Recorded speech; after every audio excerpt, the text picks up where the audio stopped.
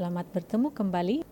Ibrani 6 ayat 19 mengatakan, pengharapan itu adalah sauh yang kuat dan aman bagi jiwa kita yang telah dilabuhkan sampai belakang tabir.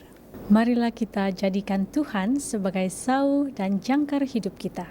LPMI 171, apakah jangkarmu akan tahan?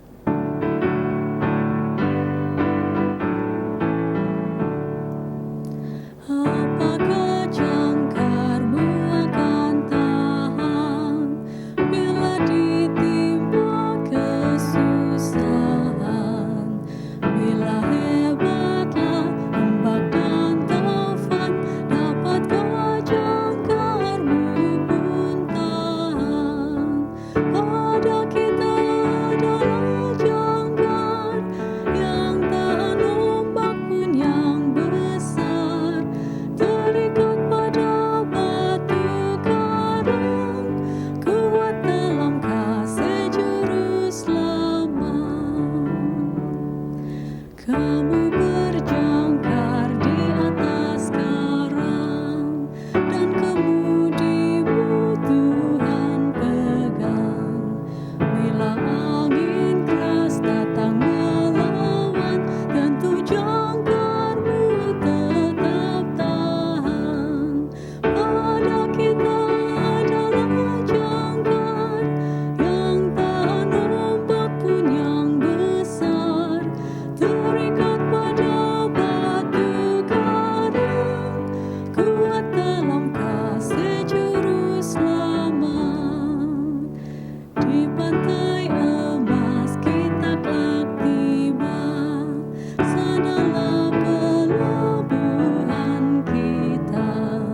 Di negeri mulia yang tenang dan terang, tiada lagi taufan menyerang. Pada kita adalah jangkar yang tahan ombak pun yang besar, terikat pada batu karang, kuat dalam kasih juru selamat.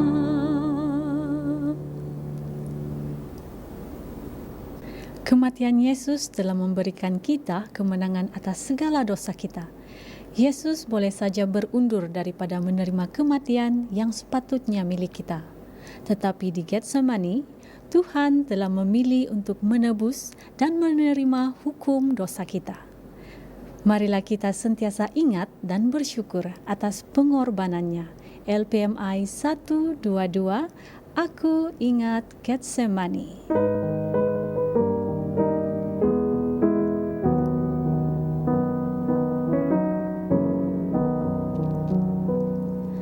Ya Rajaku yang mulia, segala hormat ku beri. Ku ingat mahkota duri yang Engkau telah pakai. Aku ingat Getsemani, aku ingat deritamu, aku ingatlah cinta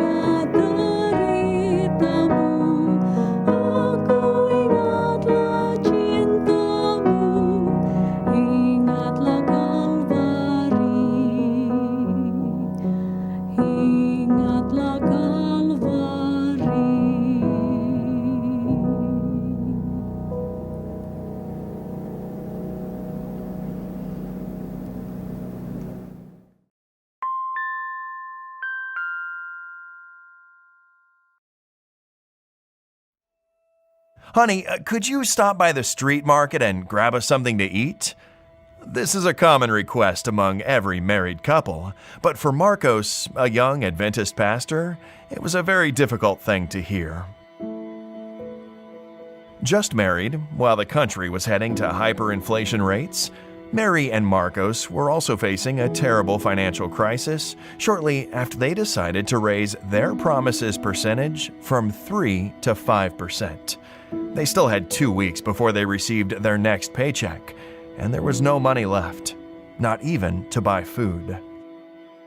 After pouring out his heart to God that morning, Marcos found some unexpected money in a pocket that was usually barely sufficient to buy some bananas.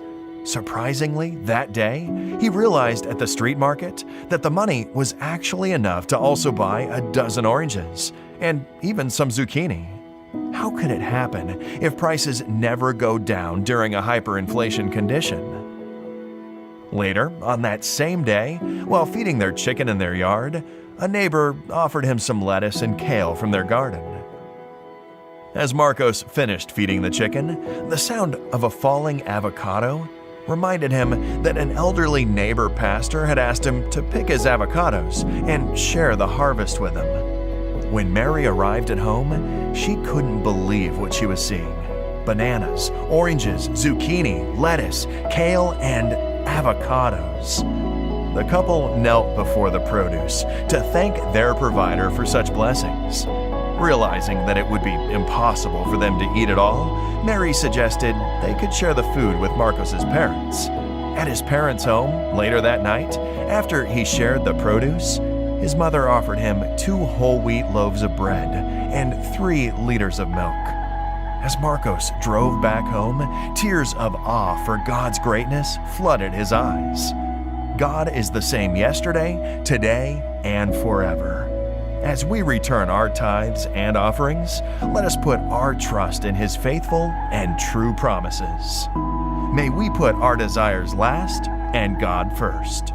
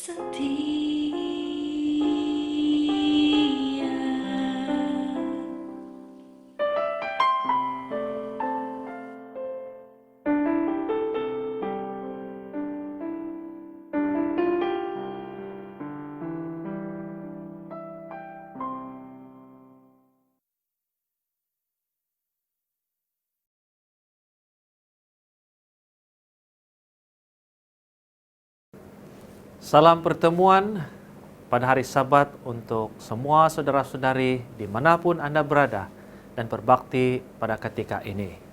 Semoga Anda senantiasa diberkati Tuhan sementara kita melakukan ibadah bersama melalui Hope Channel Sabah. Pernahkah Anda terfikir, apakah tujuan kewujudan Anda di bumi ini?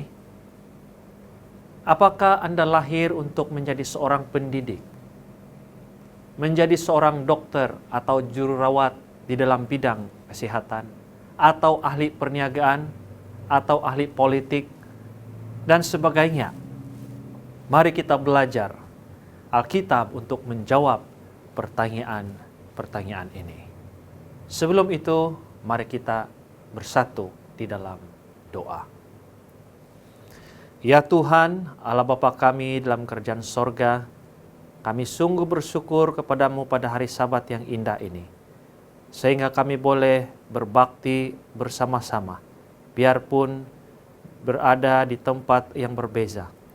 Namun Roh Tuhan menyatukan kami, sehingga kami boleh beribadah dengan media yang baik pada hari ini.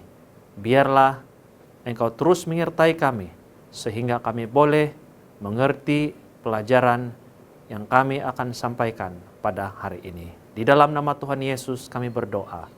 Amin.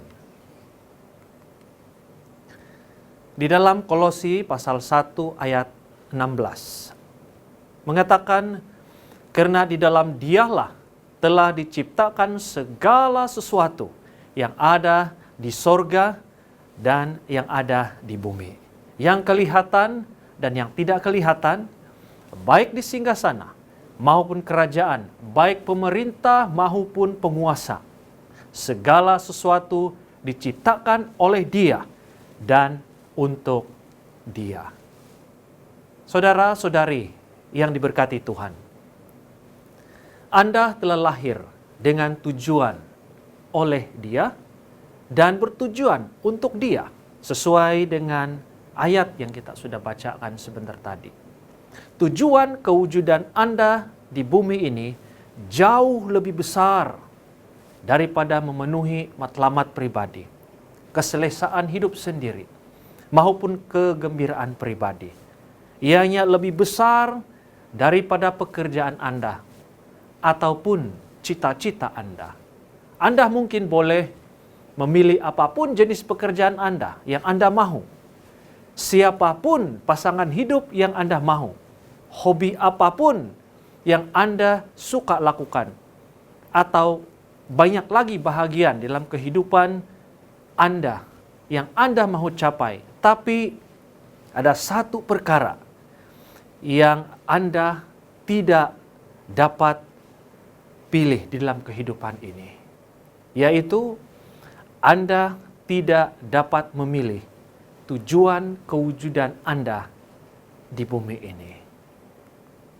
Jika Anda ingin mengetahui mengapa Anda berada di dunia ini, Anda mesti bermula dengan Allah. Karena Dialah yang menciptakan kita. Dialah pencipta kita. Dialah yang mahukan Anda wujud di dunia ini. Dialah yang mempunyai tujuan akan kewujudan Anda. Anda dan saya hanyalah ciptaannya. Allah mengetahui segala sesuatu sebelum ibu bapa Anda merancang untuk Anda.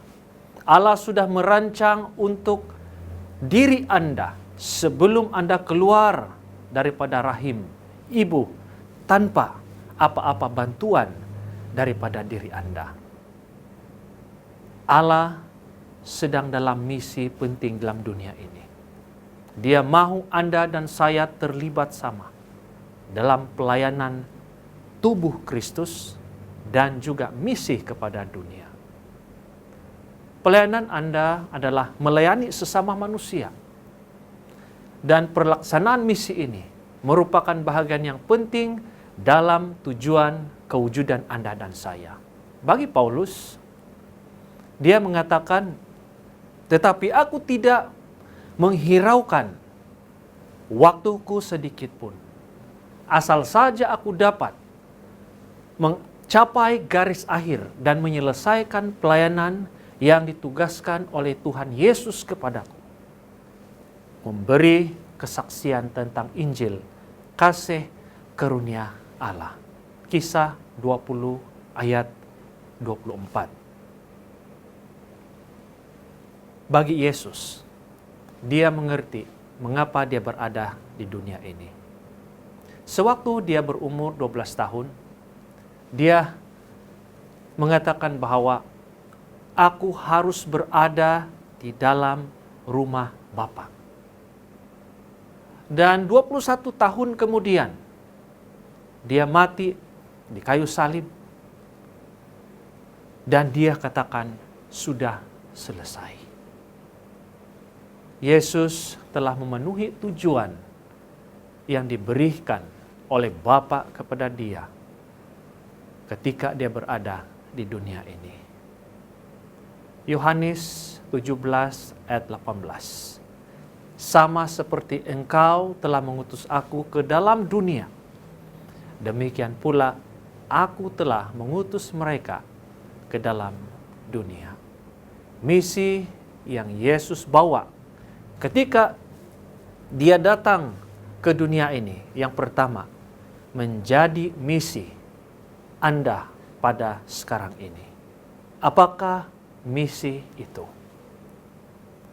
Dan semuanya ini dari Allah, yang dengan perantaraan Kristus telah mendamaikan kita dengan dirinya, yang telah mempercayakan pelayanan perdamaian itu kepada kami. Inilah misi kita, saudara-saudari. Ini terdapat dalam 2 Korintus pasal 5 ayat 18.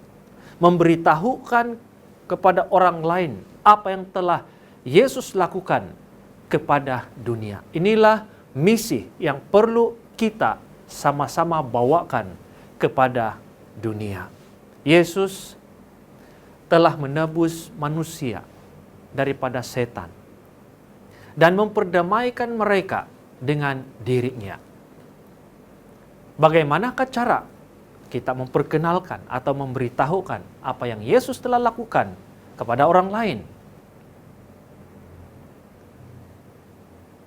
Di dalam Matius pasal 28 ayat 19 hingga ayat 20, ini merupakan suruhan agung yang selalu kita dengar. Karena itu pergilah, jadikanlah semua bangsa muridku dan baptislah mereka di dalam nama Bapa dan Anak dan Roh Kudus. Dan ajarlah mereka melakukan segala yang telah kuperintahkan kepadamu. Dan ketahuilah, aku menyertai kamu senantiasa sampai kepada akhir zaman. Yesus memberikan kita satu pelayanan yang penting, satu suruhan yang agung, di dalam hal memperkenalkan dia kepada dunia, yaitu pergi. Pertanyaannya ialah pergi kemana? Pergi bertemu dengan sesiapa sahaja, bersahabat dengan mereka, supaya melalui persahabatan yang baik diharapkan agar mereka mau mengenali Yesus dan mau menjadi pelajar yang memiliki kehidupan seperti Yesus Kristus. Misi Anda pada hari ini adalah menjadi sahabat yang sejati. Kepada sesiapapun, di mana-mana pun kita berada, pada bila-bila masa pun, menjadi sahabat yang sejati. Sangat penting kata-kata dalam Alkitab pertama sekali harus kelihatan di dalam diri Anda. Dan itu sebenarnya yang membuatkan orang lain ingin bersahabat dengan Anda dan ingin mengenali siapa Tuhan yang Anda sembah. Kita tidak perlu terlalu risau kemana kita harus pergi. Apabila Yesus mengatakan pergilah ke seluruh dunia, maka pergilah ke tempat di mana Anda bekerja setiap hari. Menjadilah sahabat yang sejati kepada rekan-rekan sekerja Anda di sana dan memperkenalkan Yesus Kristus melalui perkataan dan juga tindakanmu. Di sanalah ladangmu yang disuruh bekerja oleh Yesus. Namun cabaran yang kita hadapi pada hari ini adalah kita sahabat yang bersyarat. Kita hanya mau bersahabat dengan orang yang memberikan keuntungan kepada diri kita saja. Bersahabat hanya pada musim senang sahaja. Hal ini kadang-kadang menjadi sindiran kepada diri kita juga. Sebelum wujudnya wabak penyakit COVID-19 ini, kita tidak memilih kaum dengan siapa kita bersahabat, dengan siapa kita duduk, minum, atau makan di kedai. Tetapi apabila kita tahu asal-usul wabak ini dan golongan apa yang paling ramai mengidap penyakit ini, maka kita mulai memilih siapa sahabat kita yang ingin kita bersama. Begitu juga dengan sebelum adanya pilihan raya. Lingkungan pertalian persahabatan sesama kita agak luas. Tetapi apabila pilihan raya tiba, maka yang kawan sebelum ini tiba-tiba pula menjadi lawan. Dan yang menghairankan, yang lawan menjadi kawan.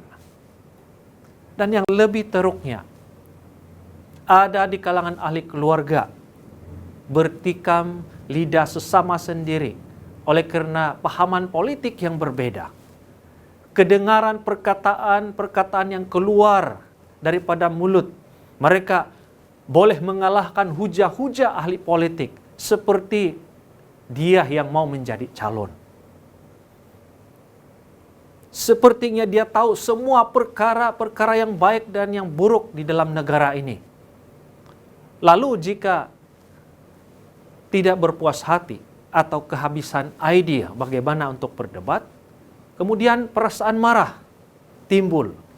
Dan kebiasaannya apabila hal ini terjadi, dia mula left grup WhatsApp di dalam keluarga itu, ataupun mungkin di dalam gereja itu. Saudara-saudari yang dikasihi Tuhan, kalaulah begini sifat dan tabiat kita, apakah kita boleh menjadi seorang sahabat yang setia kepada sesiapapun dengan berkesan? Oleh karena COVID-19, kita memilih bulu siapa sahabat kita. Oleh karena politik, kita hanya memilih kawan di kalangan parti yang disokong. Inilah hal-hal yang boleh menggagalkan misi, memperkenalkan Kristus kepada dunia. Kita harus ingat bahwa biarpun kita dari dunia ini, tapi misi kita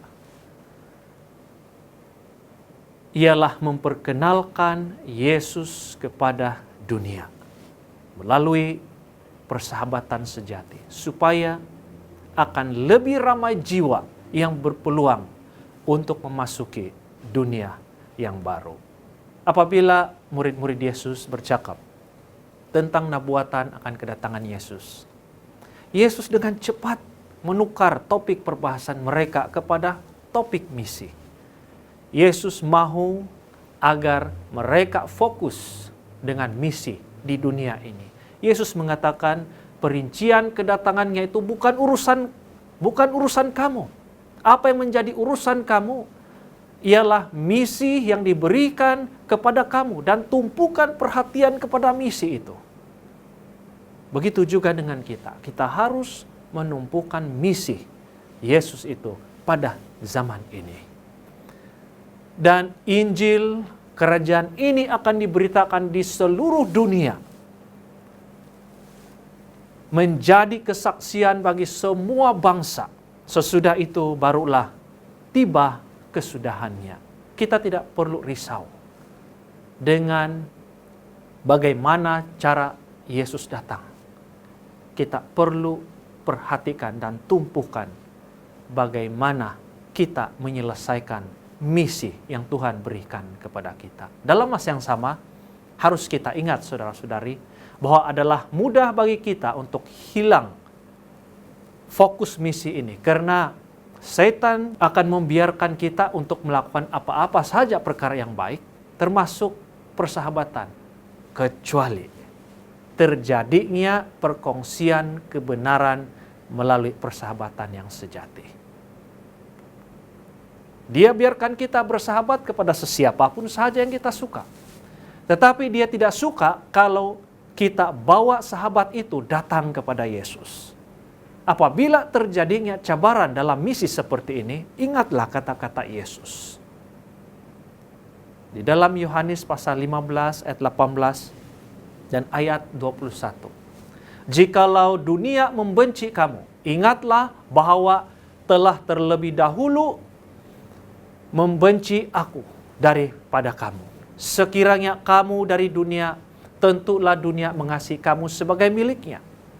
Tetapi karena kamu bukan dari dunia, melainkan aku telah memilih kamu dari dunia. Sebab itulah dunia membenci kamu. Ingatlah apa yang telah kukatakan kepadamu. Seorang hamba tidaklah lebih tinggi daripada tuannya. Jikalau mereka telah menganiaya aku, mereka juga akan menganiaya kamu. Jikalau mereka telah menuruti firmanku, mereka juga menuruti perkataanmu. Tetapi semuanya itu akan mereka lakukan terhadap kamu karena namaku. Sebab mereka tidak mengenal Dia yang telah mengutus aku. Sementara Anda memenuhi misi kewujudan Anda di dalam dunia ini dengan penuh komitmen, tidak mengira apapun cabarannya, Anda akan mengalami berkat di mana bukan semua orang dapat mengalaminya. Tetapi carilah dahulu kerajaan Allah dan kebenarannya, maka semuanya itu akan ditambahkan kepadamu. Sebuah kisah benar yang diceritakan di dalam Hacksaw Ridge. Desmond Doss menjadi satu-satunya tentara Angkatan Darat Amerika Serikat yang menolak memegang senjata, apalagi membunuh. Dia mempunyai pengalaman buruk berkaitan dengan pertengkaran atau pertelingkahan sesama satu pasukan dengan sahabat-sahabatnya yang hampir mengakibatkan kematian. Dikatakan dia seorang lelaki yang sangat taat pada larangan untuk membunuh yang terdapat di dalam Alkitab. Atas pendiriannya itu, Desmond Doss dibenci oleh atasan dan juga teman-temannya. Ia kemudian disakiti dan dihadapkan ke mahkamah tentara dengan tuduhan pembangkangan. Dia sempat dipenjarakan dan hampir dikeluarkan daripada ketenteraan. Namun, Desmond Doss diselamatkan oleh ayahnya, Thomas Doss, seorang veteran Perang Dunia Pertama, dengan bantuan bekas atasannya yang menjadi jenderal penting di Angkatan Darat Amerika. Berkat daripada ayahnya, Desmond Doss berhasil keluar dan boleh ikut berperang sebagai askar perubatan. Pada tahun 1945, Desmond Doss ditugaskan ke Okinawa, Jepun, untuk menduduki bukit yang bernama Hacksaw Ridge. Ketika itu, bukit tersebut sedang dikuasai oleh tentara Jepun. Nah, saat melaksanakan misi ini, Desmond Doss mampu membuat ramai orang terselamat dan mengakui ketulusan hatinya sebagai seorang sahabat yang sejati. Tanpa berbekalkan senjata, peranannya begitu penting sehingga misi penyelamatan itu berhasil. Seramai 75 orang dengan membawakan misi, tolong saya Tuhan untuk dapatkan satu lagi. Saudara-saudari yang dikasihi dalam Tuhan, Tuhan mempunyai misi yang kudus dan yang khusus bagi Anda. Mengapa Anda wujud di dunia pada hari ini?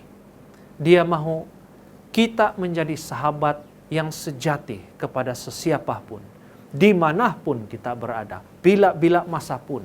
Sehingga Yesus yang kita sembah itu akan dikenal, akan dikasihi, dan akan diikuti oleh sahabat-sahabat kita itu. Sehingga mereka juga mempunyai peluang untuk masuk ke dunia yang baru. Doa dan harapan saya agar Anda boleh senantiasa menjadi seorang sahabat yang sejati dan boleh mengatakan, "Ya Tuhan, ya Tuhan, tolong saya untuk mendapatkan satu lagi bagi Tuhan." Supaya apabila Anda berhadapan dengan Tuhan suatu hari nanti, Anda boleh katakan, misi telah tercapai. Semoga Anda diberkati pada hari Sabat ini. Mari kita berdoa. Bapa kami dalam kerajaan sorga, kami bersyukur oleh karena kami diberi peluang untuk wujud di dunia ini. Kami tahu bahwa Tuhan mempunyai misi yang penting di dalam kehidupan kami. Maka dengan itu ya Tuhan, biarlah Engkau memimpin kami seterusnya dalam kehidupan kami setiap hari. Sehingga kami boleh saja menjadi sahabat yang sejati kepada sesiapapun yang kami temui. Terima kasih karena Roh Tuhan akan membantu kami supaya kami sentiasa bersemangat untuk tetap mengaplikasikan pelajaran pada hari ini. Di dalam nama Yesus kami berdoa. Amin.